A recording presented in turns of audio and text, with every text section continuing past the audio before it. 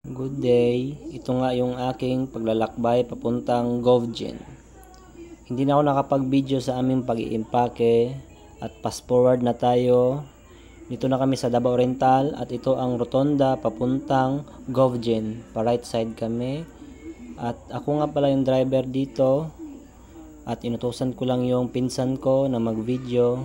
Nakalagpas na nga kami dito sa San Isidro, Davao Oriental. Napansin ko lang sa daan, ang gaganda ng daan dito, walang rough road, ang maliwalas masyado, hindi gaanong traffic kasi nga provincial road, maganda dito. At ito, papasok na kami sa may beach na binook nila.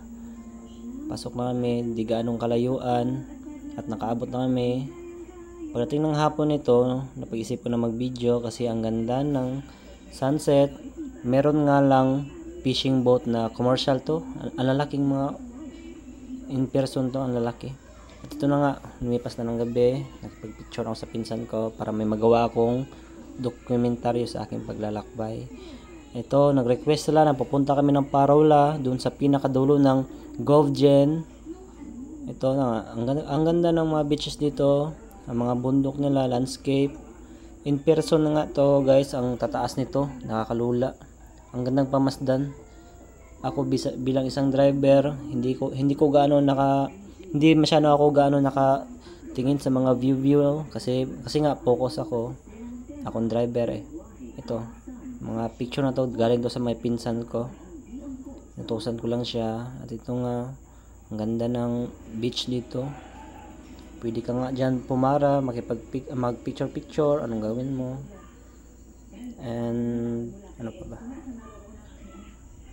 basta napansin ko lang ganda. Nito na nga kami sa arko ng Gobernador Generoso, and then ito na under construction pa yung ibang mga kalsada, pero ang ganda naman, hindi ganong rough road.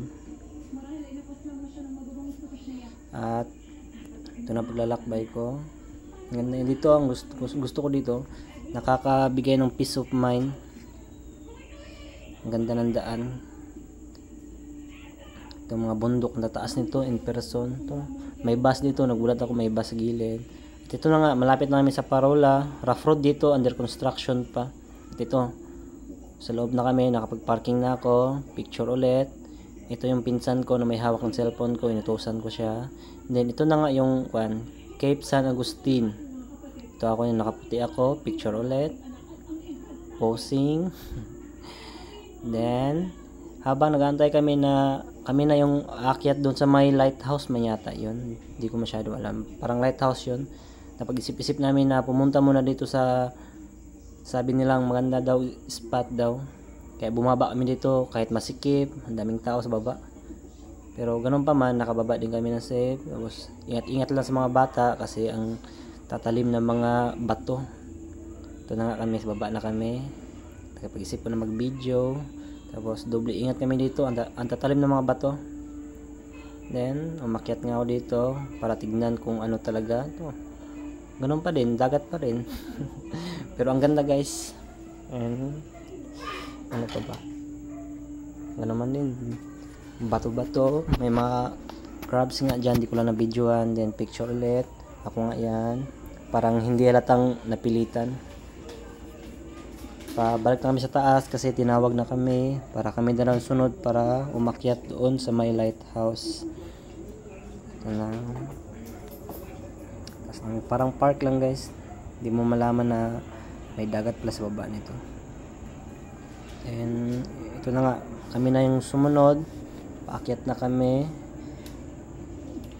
Kala ko sobrang lapit lang ito, sobrang dali lang umakyat, ang hirap pala. Ang taas, ang liliit ng step, at yung paikot siya, kaya nakakahilo. Fast forward ko na to, cut ko na kasi ang haba nito eh, para hindi kayo mabagot manood kung gusto nyo panoorin. Tignan na nga, malapit-lapit na kami. Ito na, at yung bumaba nga, yan yung pababa na sila para palitan namin. Ilang minuto lang kami dito, maya bababa ulit kami. Ito na nga ang view. Ang ganda ng view dito, nakakabigay ng peace of mind, nakaka-relax sa mata, nakakabusog. Ito ang pinsan ko. Ito ulit ako, picture ulit. Yan, ito mga pinsan ko.